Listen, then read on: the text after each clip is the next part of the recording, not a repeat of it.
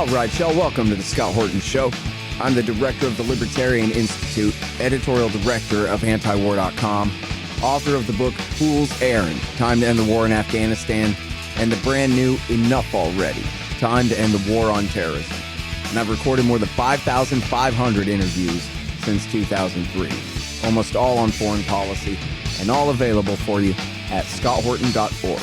You can sign up for the podcast feed there, and the full interview archive is also available at youtube.com/Scott Horton Show. All right, you guys, introducing Jeffery Sachs, professor at Columbia University. Welcome to the show. How you doing, sir? Good to be with you. Thank you. Very happy to have you here. So you first came to my attention during the days, about 10 years ago, I guess, during the days of Obama's dirty war in Syria.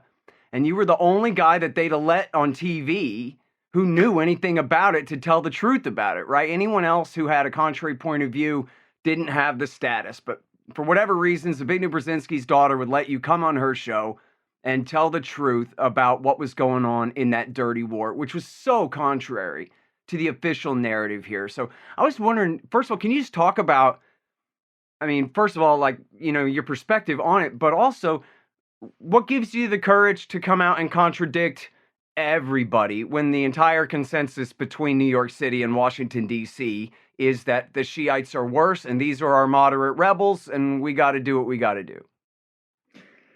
Look, the problem with U.S. foreign policy is that it's based on a lot of lies, and the lies just keep spilling over. And I've now lived a long time hearing and actually studying the lies, because I go back to the Vietnam War era. My first lessons in geopolitics were in the 1960s. A lot of lies were told then, and not dissimilar to the lies that are being told now about the U.S. in Ukraine, actually. But the modern era in 21st century began with massive lies about Iraq. And I happened to be on a show the day that Colin Powell had made his presentation to the UN Security Council about Saddam's weapons of mass destruction. Actually, the Charlie Rowe show, and I was in a group, and I think there were 6 of us around the table, and all of them said, yes, General Powell, he's telling it like it is. And they turned to me and I said, it's lies. You can hear it. Actually, this is not the truth. And they focused the camera on me. Are you calling General Powell a liar? And I said, well, I'm saying he's lying. And of course he was. This was bogus arguments for a massive war that ended up costing the United States trillions of dollars. So all I can say is you get into the habit of it actually a little bit. In 2011, I happened to be on Morning Joe the day that, or maybe the day after President Obama, Secretary Clinton said, Assad must go.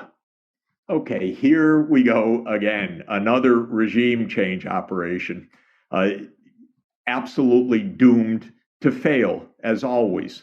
And I was on the show and I said, this is gonna be bad again. And they were very surprised because, as you said, it was the common narrative that Assad's bad, Assad must go. And we keep doing this in foreign policy. We make up narratives, we decide something. The State Department spokesman says it often enough. The White House declares something often enough. And for most of the media, that becomes the truth. It's weird. Don't people think? Well, actually they do think, because they don't believe the U.S. government, but a lot of the media don't question the U.S. government anymore.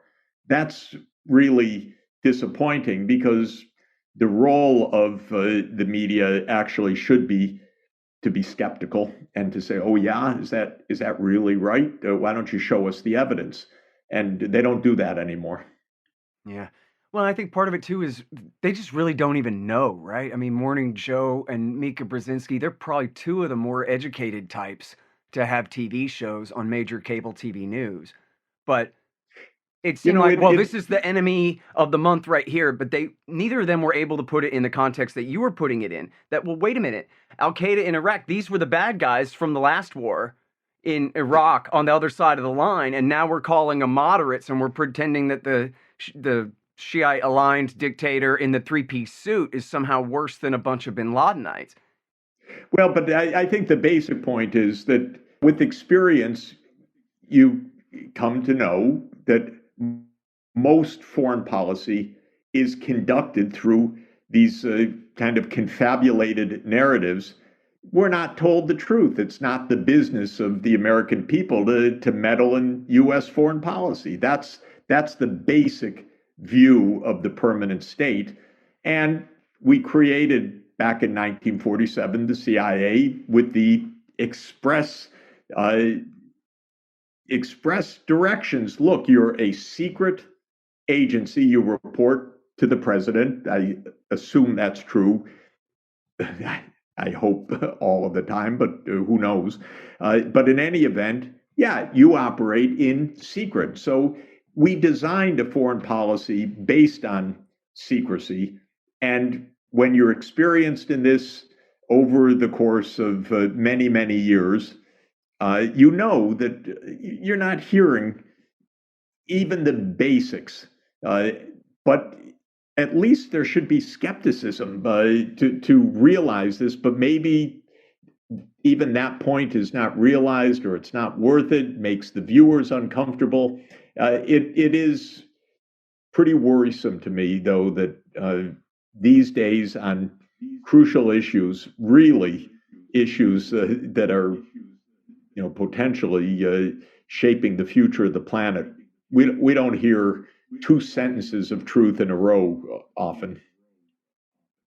Yeah, boy, that sure is right, and especially with the current situation here. And I think this is probably anybody's experience if they've ever actually dealt with the media. If anybody's ever been in the newspaper, they know that, well, wait a minute, that's not what I said, or not exactly, or the reporter didn't understand what I was trying to tell him, or it's at best, right? Like just about anything. So obviously, you have a background where you know a lot about Russia.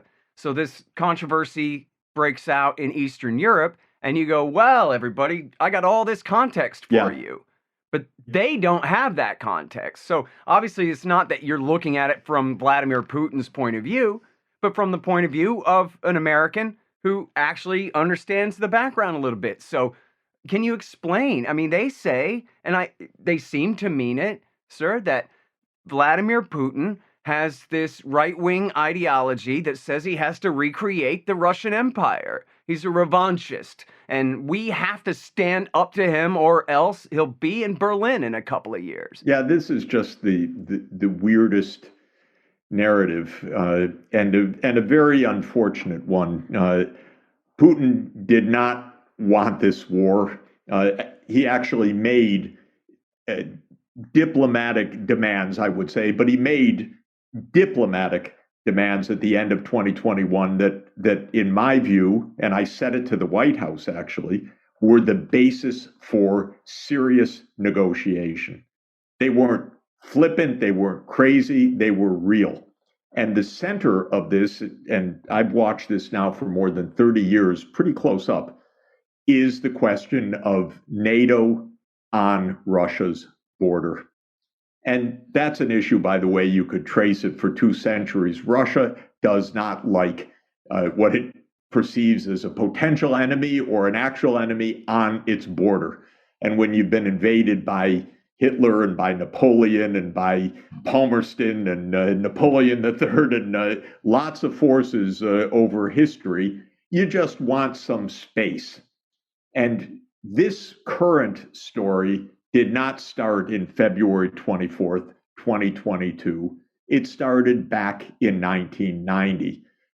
I happen to have been there, which is pretty weird, but I was an economic advisor to Mikhail Gorbachev, the last president of the Soviet Union. I was an economic advisor to Boris Yeltsin, the first president of independent Russia. I was an economic advisor to Leonid Kuchma, the first president of Ukraine. I was an economic advisor to President Yushchenko, who followed Kuchma as president of Ukraine. I've seen this with my own eyes. In 1990, Gorbachev unilaterally, and I want to underscore unilaterally, disbanded the Soviet military alliance, which was called the Warsaw Pact. The US couldn't believe it. Germany couldn't believe it. They said, oh my God, thank you. We will not take advantage of this. And a famous expression was uttered repeatedly to Gorbachev: NATO will not move 1 inch eastward to take advantage of your unilateral disarming of the Warsaw Pact.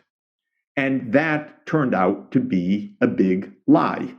As soon as the Soviet Union ended in December 1991, the neocons in the Bush Senior administration, Cheney, Wolfowitz, Rumsfeld, and this is a lot of Washington, by the way, started saying, okay, now NATO starts to expand. Bill Clinton came in, sided with kind of the deep state argument. Now NATO expands. All of the promises that were made, forget it. We're now the sole superpower in the world. We can do what we want.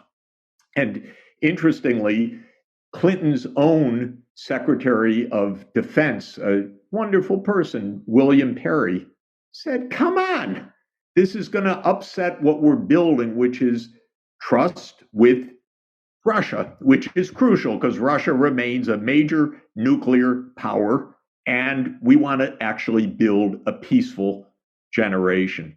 So Perry came close to resigning over Clinton's decision to expand NATO, decided in the end he wouldn't resign. The American people never really heard anything about this debate. And the first expansion came to Central Europe, to Poland, Hungary, and the Czech Republic. But then George W. Bush Jr. came in, and the neocons, led by Cheney, went into overdrive on 100 different fronts. The U.S. unilaterally walked out of the anti-ballistic missile treaty, to the absolute deep anxiety and chagrin of Russia, because they viewed this as directed towards Russia. The U.S. unilaterally launched the Iraq War on false pretenses. NATO expanded to 7 more countries. 2004 with the 3 Baltic states, Latvia, Lithuania, and Estonia, Slovakia, Slovenia, Romania, and Bulgaria, right up against the Black Sea. Putin said in 2007, stop, you're getting awfully close, and I'm telling you, you're crossing our red lines. George W. in 2008 at the Bucharest summit says, no, now we go on to Ukraine and to Georgia. And the Europeans themselves were horrified, but Europe has no foreign policy. Bush pushed through the final communique in Bucharest at the NATO summit, the expansion of NATO to Ukraine and to Georgia. Actually, European leaders told me at the time, what the hell is your president doing? This is unbelievably destabilizing. So then Ukraine got a president who gave a little bit of protection. Yanukovych said, we want to be neutral. We want to stay out of a proxy war between these two giants. We will be neutral. Then comes the neocons, and they contributed to his overthrow, a violent coup in February 2014. And we heard on tape our then Assistant Secretary of State, our current Undersecretary of State, Victoria Nuland, one of the leaders of the neoconservatives, talking about who the new government would be. The U.S. was picking who it would be. I saw some of this pretty close up, actually. It was really unpleasant, irresponsible. And that's when the war started in February 2014 with the overthrow of a pro-Russian president that was trying to maintain neutrality. Russia took back Crimea, by the way, exactly as Putin said to Bush would happen when he discussed Russia's red line in 2008. So this was all, if you were watching, knew what was going on, watching behind the scenes, this was this tragedy playing out step by step. The US flooded the zone with NATO weaponry between 2014 and 2021. Things weren't just standing still. There was a war going on. It was a lower intensity war, but NATO was, and the US basically, was flooding Ukraine with billions of dollars of armaments. Okay, then comes the elections, 2020, Biden comes in, and Putin says basically to Biden, look, this is our last chance. You're building up really a large NATO army on our border. You're talking about NATO enlargement. Still, the US signed three major documents in 2021 that NATO will move to Ukraine. And at the end of 2021, Putin said, look, you got to stop. This is our red line. No NATO enlargement. I happened to call the White House then and spoke to senior officials, let's say, said, take it. Don't have a war. I was told, yeah, NATO's not going to enlarge. Oh, NATO's not going to enlarge? Then say it so we can avoid a war. Of course, I didn't believe what they were saying because they just want to kind of slip it through. But they refused absolutely to negotiate with Putin. And so after basically 7 years of war, Putin took this major escalation in February 24th, 2022, and all our newspapers said, an unprovoked action that started this day because he thinks he's Peter the Great. Crazy. Completely phony. No journalism, no background, no history, no context, no understanding, but also no attempt in the slightest to give Americans a background to this, to explain what this is about, where this came from. Wars don't come out of the blue like this. In fact, this was a war that was going on already for 8 years. But where is the media? It's just unbelievable. The intention is to spin a story that everything started a year ago and don't try to think of anything from a moment before that, because otherwise then you're a Putin apologist if you think of anything a moment before that. That's where we are. Mm-hmm. My favorite is when they pretend to be honest, like you, and go, no, this story really begins sooner, when Russia took Crimea in 2014. Oh, exactly. Yeah, right, exactly. And they just did that. I don't know, was it the Times or somebody started the date, weeks after the U.S. participation in the overthrow of a government, but not worth mentioning, not even worth, what could that have to do with anything? Exactly right. That's amazing. All right, so you brought up so much stuff that I want to go back over there, but let's start with the reasonable demands right before the war, because they certainly were not treated as reasonable demands. And I think especially when Putin invoked the NATO-Russia Council Founding Act of 1997 and Bill Clinton's promise in that deal to not put Western military equipment, at least, into the new NATO countries that we were expanding into. They treated that like it was completely insane. They treated it like it was some promise from 1897. And 1997, what is he even talking about? Obviously, anything from then is completely null and void. But so I was just wondering if you could talk a little bit about that promise and the deal that was made then, and then go back to what you were saying. If you could elaborate, please, about how, what you said, that Putin's demands were reasonable. They were the basis for reasonable negotiation. They should have sat down and talked about it. Yeah. But so, instead they were treated like it was all completely nuts. And this guy, there's no way we're letting you close the door on our open door. And hell no. And treated it like, look, we'll give him assurances that, come on, we're not going to expand NATO soon, and we're not going to put missiles in Kharkiv. Why would we put missiles in Kharkiv? But that should be good enough for him, right? You've got it exactly right. There were two kinds of issues at the end of 2021 that Putin put on the table. One was about Ukraine itself, and the other was more generally about the U.S. and NATO vis-a-vis Russia, and especially missile security and nuclear security. When it came to Ukraine, there were three basic points. One was no NATO enlargement, which I think is the fundamental point. Second was Crimea. Crimea is a very interesting story, by the way, because Russia was content, I would say, maybe it's not exactly the right word, but Russia accepted that Crimea would be part of Ukraine when Ukraine was responsibly recognizing Russia's stakes in Crimea. Yanukovych was negotiating with Putin a long-term lease because, after all, Russia's naval fleet has been in Sevastopol since 1783. And you don't have to know too much history to know that the first Crimean War, 1853 to 1856, was explicitly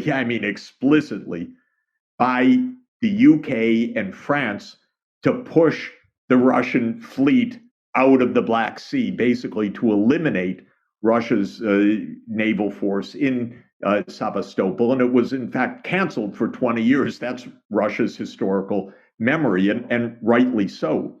So the first thing was there had been a modus vivendi on Crimea. But after the Yanukovych overthrow, and Crimea being overwhelmingly Russian, and there was the plebiscite and whatever, Russia claimed Crimea.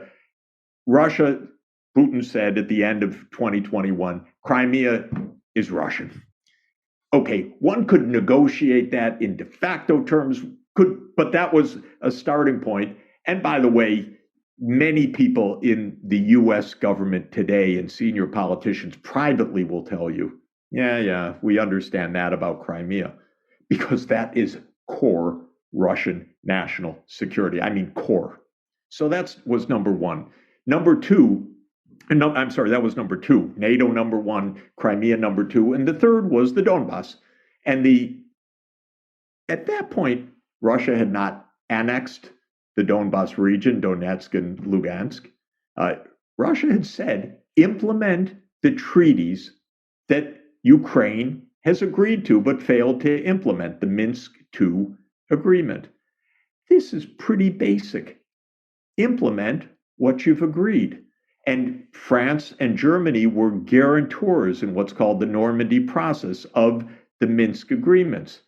We heard, an incredibly weird interview by former Chancellor Angela Merkel that, I didn't really mean it with the Minsk II agreements. We didn't think they were going to be implemented. We were just giving Ukraine time to build up its military force and so forth. Unbelievable. I don't even believe that was Merkel's view when the agreements were signed, but the statement now was so cynical.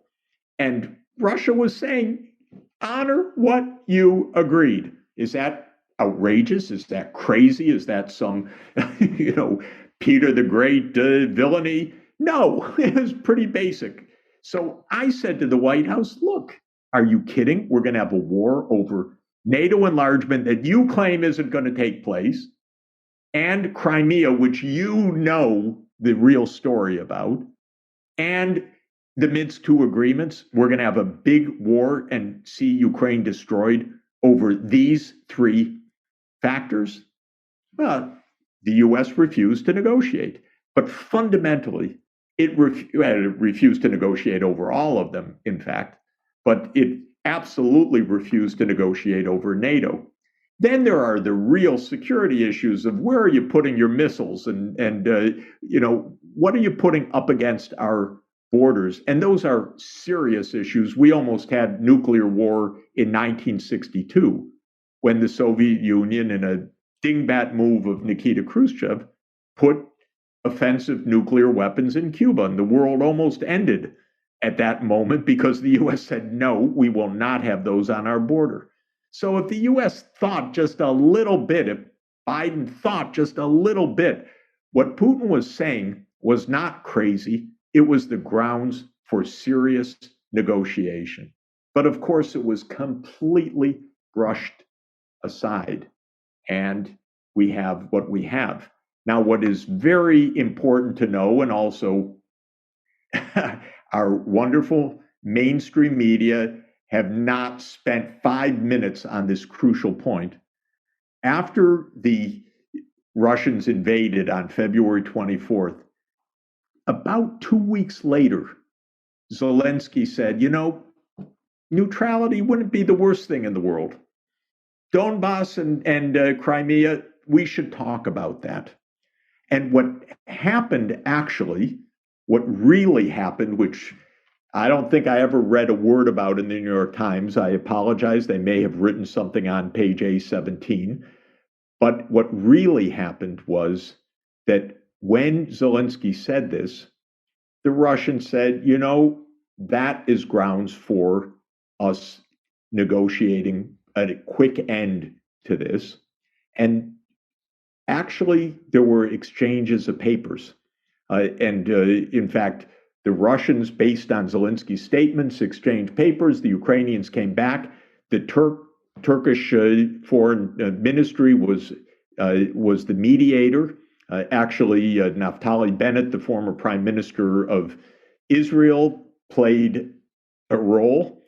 And by the end of March, they were close to an agreement based on Ukrainian neutrality.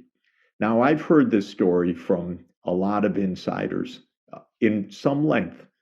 One day, the Ukrainians showed up and said, we're not negotiating anymore. That's the truth. You'd think a New York Times reporter might have just a glimmer of curiosity about that, but of course, no, because this whole episode was just brushed aside. But what we have good reason to believe is the United States told the Ukrainians, no, do not negotiate on that basis. Do not negotiate on the basis of neutrality. And Naftali Bennett gave a strange but very interesting long interview online. I wonder if it's still online. I listened to it at length.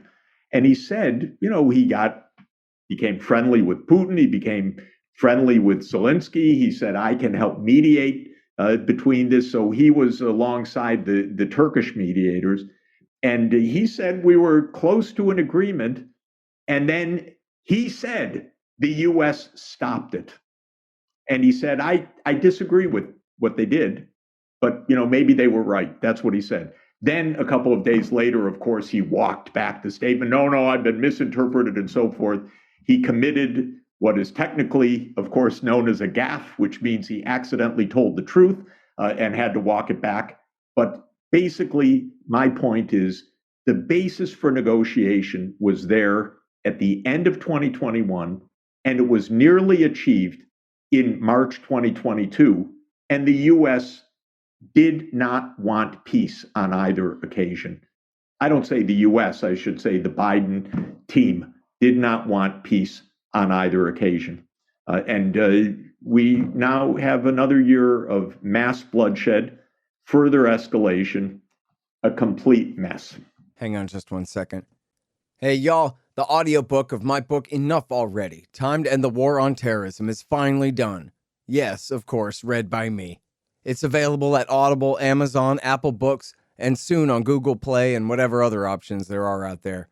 It's my history of America's war on terrorism from 1979 through today. Give it a listen and see if you agree. It's time to just come home. Enough Already. Time to End the War on Terrorism. The audiobook.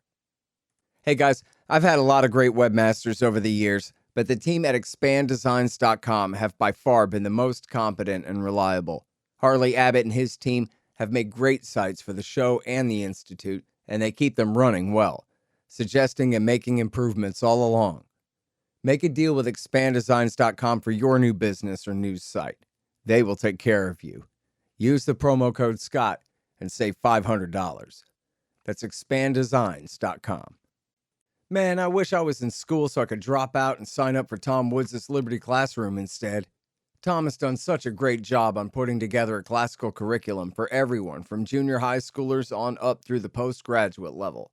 And it's all very reasonably priced. Just make sure you click through from the link in the right margin at scotthorton.org. Tom Woods' Liberty Classroom. Real history, real economics, real education.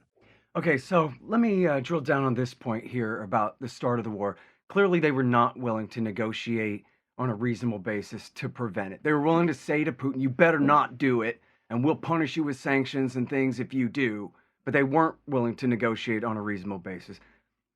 My question is, and I think you're alluding to this is your belief, but I wonder if you could tell me, you know this from speaking with Democrats in power and so forth, that they deliberately provoked this war. They wanted this war to happen in order to launch what they all told. The consensus is Stavridis and Hillary Clinton and so many others in the New York Times and Foreign Affairs and all over. They said, we want to replicate the Afghan war of the 1980s. They thought Kiev would fall almost immediately and that we would be backing an insurgency based out of the West or based out of Poland, and that we would do the Rambo 3 and bleed them to bankruptcy, just like Osama bin Laden just finished doing to us.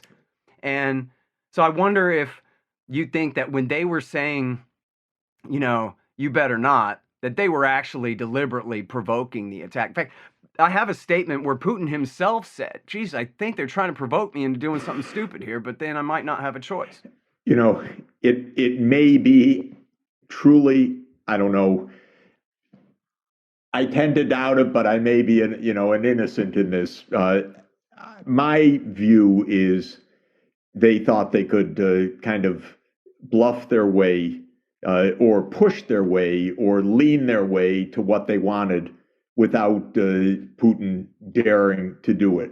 But maybe your version is absolutely correct, which it really could be. But my feeling all along is that the U.S. neocons basically think they can get away with things. I don't think they love long wars. I don't know. They don't tell me their innermost thoughts, but I think they believe that they can get away with things. I think they believed that they could overthrow or help to overthrow Yanukovych and basically make a new fait accompli. But then Putin reacted, and it didn't turn out that way. I think that they thought that the threat of what they thought would be, the crushing sanctions that would just bring the Russian economy to its knees, an extremely naive idea, by the way. And I told them that also. And there I have some professional expertise. You're not going to bring Russia to its knees through these sanctions. But in any event, I think they thought, maybe he won't dare. Then we continue to arm, we continue to make the Ukraine army interoperable, we continue to strengthen the regime, we continue to build these fortification lines, and one day we announce they're a member of NATO.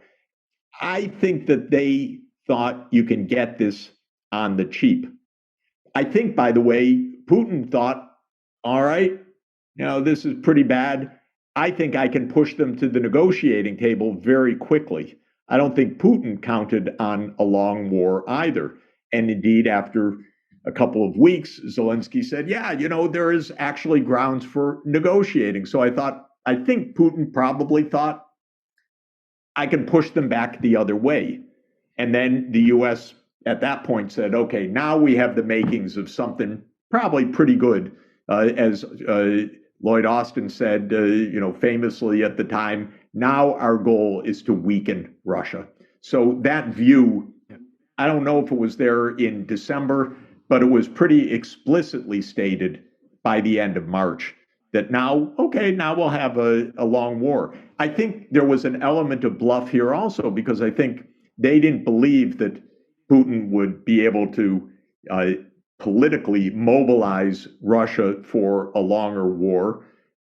I don't think they counted logistics at all. Their ideas about the world economy and what they called the financial nuclear option of cutting Russia out of SWIFT is so wrong. It was just absolutely. At the time, I wrote an op-ed. Come on, guys, this is not how things are going to unfold. But my view in this escalating battle is that each side has thought this will push the other to back down, and what you have is two very strong wills. One says no one tells NATO where to go, when to go, how to go. We are the United States of America. And the other side says NATO will not be on our border. And I think the neocons have led us into one debacle after another, and that this is yet another one. Of course, it's led Ukraine into a far worse debacle. But it's this clash of wills, not wanting long war, but each one thinking, I can, in this game of chicken, I can push the other to back down. And so far, we're on a path of escalation. And frankly, it's an extraordinarily dangerous path of escalation. And that's the other game of the media. You're not allowed to say anything is dangerous. Oh, we can't have nuclear blackmail. We can't have this and we can't have that. Well, you know what? We should worry, because there are a lot of irresponsible people in our government and in Russia and in other places. And you got to worry all the time that escalation can get out of hand. Yeah. All right. So I'm really torn here, but I'm going to go back to history now. The not 1 inch promise. I'm writing a book about this now. It's called Provoked, and it's 633 pages because I can't quit writing about it. But so obviously the controversy there is that Baker clearly told Gorbachev not 1 inch. And that was the basis upon which Gorbachev said, okay, fine, let's make a deal then. And he agreed to pull his troops out of Germany. But the deal they signed doesn't say that. And it doesn't say, and of course they ended up saying, well, that kind of doesn't make sense. We got to be able to expand NATO's presence inside Germany. But then the discrepancy is over whether the Russians understood that we promised not to expand any further east than that was the basis of their negotiating everything else that they did. And so, the technicalitarians will say, as Peter Baker in the New York Times, well, it doesn't say that in a treaty. They used to deny that it was promised at all, but then George Washington University National Security Archive put up all the documents for everybody to read. So they go, okay, well, it's in writing, but it's not in an actual deal. But so you're professing firsthand knowledge of this. I was wondering if you could help to, explain the nuance here and whether the Russians really had a deal or whether they didn't. Look, I think the deal was there. I think Gorbachev should have gotten it in writing. It would have helped a lot. But there's no question that the meaning of not 1 inch eastward wasn't within the GDR, wasn't within East Germany, because there were many, many statements, not just about Germany, but about moving eastward towards the Soviet Union into Central and Eastern Europe, and basically not taking advantage of the unilateral gesture or the unilateral action of Gorbachev, who was a man of peace, very rare. And, in this prisoner's dilemma game, where peace on both sides is a lot better than war on both sides, the argument is, well, if you're soft, the other side takes advantage of you. And the Soviet side was, quote, soft. And if you're a profound and deep cynic, you say, okay, yeah, great, what a sucker this guy was. If you're actually out for peace and for the world, you say, God, did we really have to wreck this once in a century opportunity to build a safer world? Because that's exactly what we did. We lawyered up, we played with words, we hid the discussions, we phonied it up, and here's where we are. So, many scholars and historians point out lots of international agreements are verbal commitments. Those are clear. We thank George Washington University for those archives because they're really good and very, very helpful. They make very clear the meaning of these terms, but Gorbachev should have gotten it in writing. Yeah, well, they would have just tore that up too, Yeah. the way they tore up the ABM treaty and whatever else is in their way. But now, okay, so you told Tulsi Gabbard on her show that you had gone to Ukraine just after the coup in 2014, and the NGOs were showing you around and bragging about how they had helped overthrow the government there. So I was wondering if you could elaborate on that anecdote a little bit. Yeah, I was asked by the new government, come and talk to us about our financial crisis and financial situation. That's what I do as a professor. So if a government calls, I generally try to go. So I went to meet the new Prime Minister Yatsenuk, and the Maidan was still filled with the protesters, and there were Americans all around. And I had a couple of hours before my meeting, and they showed me around. They explained, yeah, we were all out there. We made this great demonstrations. We helped them. We supported them. We financed this. We financed that. All completely consistent with what we know. We don't know all the story, but we know that that Victoria Nuland was basically camping out in Kiev those weeks, helping to steer what became a violent insurrection against the government. And God, I hated what I saw, because I wouldn't like on January 6th to find out that, yeah, the enthusiasm and the money had come from lots of foreign powers that said, go storm the Capitol. We'd feel great about that, wouldn't we? But that's exactly what we did. Yeah. So, I think you probably won't want to name first and last names of individual people, but can you name some organizations that we're talking about here? I probably don't want to right now, but it's they know. Some of them have bragged about it. It's pretty unpleasant. I actually believe, as a general matter, by the way, that the National Endowment for Democracy should be shut down as an institution dangerous to the well-being of the American people. So that's not what I experienced in that instant, but it's a more general observation. We should not be meddling in the internal politics, the mechanics of party politics, of elections, the way we do relentlessly in a lot of places. It's bad news for us, very dangerous. We hate it when anyone comes miles close to what we do, right up to right up to the vote, and we should stop doing it. We made institutions that are designed to meddle deeply and in a completely non-transparent way in politics of other countries, and we should stop that. You know what? Let me ask you this, because I'm sorry, because it's kind of a straw man thing, but I see it all the time. It's kind of a talking point of the other side, which is you're just denying the will of the people of the Maidan or the people of the Rose Revolution or whatever. All of these people wish that their country could change, and we came and helped them a little bit, and now you're denying their agency by giving all the credit to the CIA because you live in conspiracy world or something like that. Look, their business is their business. My business is what our government is doing.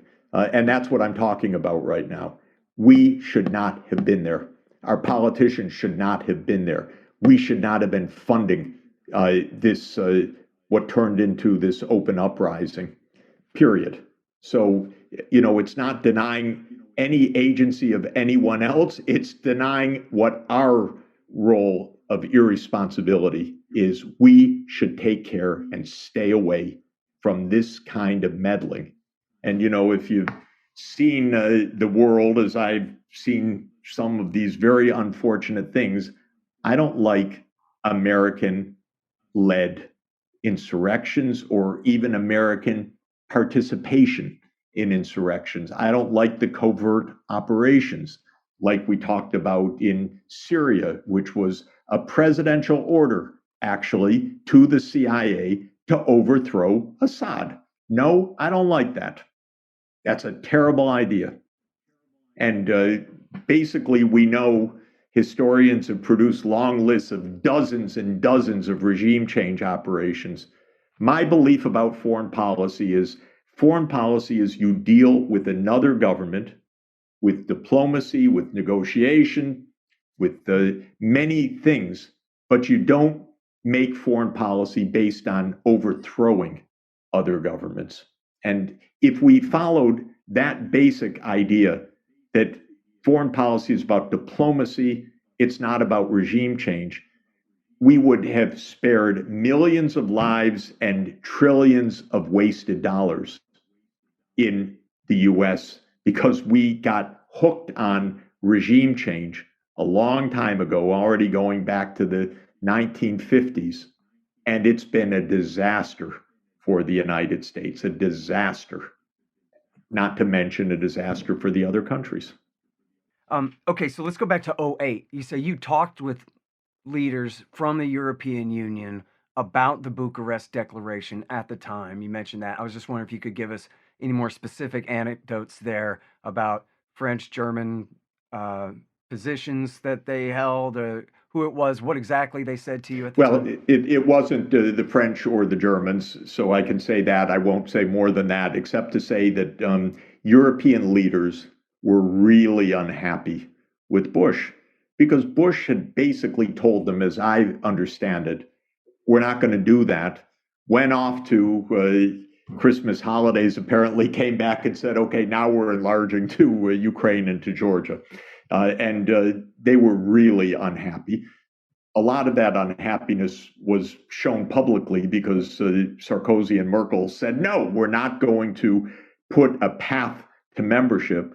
But Bush forced the final declaration to say that NATO will enlarge to Ukraine and to Georgia. Not maybe, not someday, but just will enlarge to Ukraine and to Georgia. And by the way, just anecdotally, soon after that, the Georgian leader, Saakashvili, came to New York on a quick tour of the US, and I went to hear him at the Council on Foreign Relations.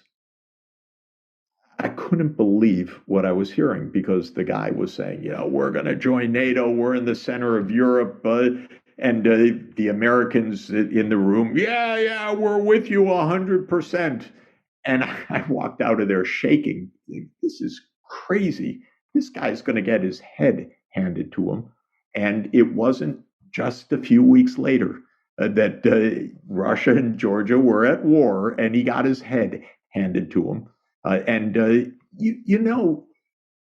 These countries also need some prudence. They need to know, if you're Georgia, campaigning for NATO membership as a country in the Caucasus, not smart, not prudent. The Ukrainians should have understood that to invite this proxy war on their soil is first and foremost the massive disaster for their country. But we also shouldn't entice them into this. And we're, pretty convincing. You put your arm around them, we got your back, we're with you, we love you, until we don't. And how many times have we walked away from, and we'll walk away from this also, most likely in a horrible way, but I don't want us to walk away. I want us to settle this through negotiation, just to be clear. But, these countries also need prudence. They need to understand, don't get yourself trapped in a proxy war.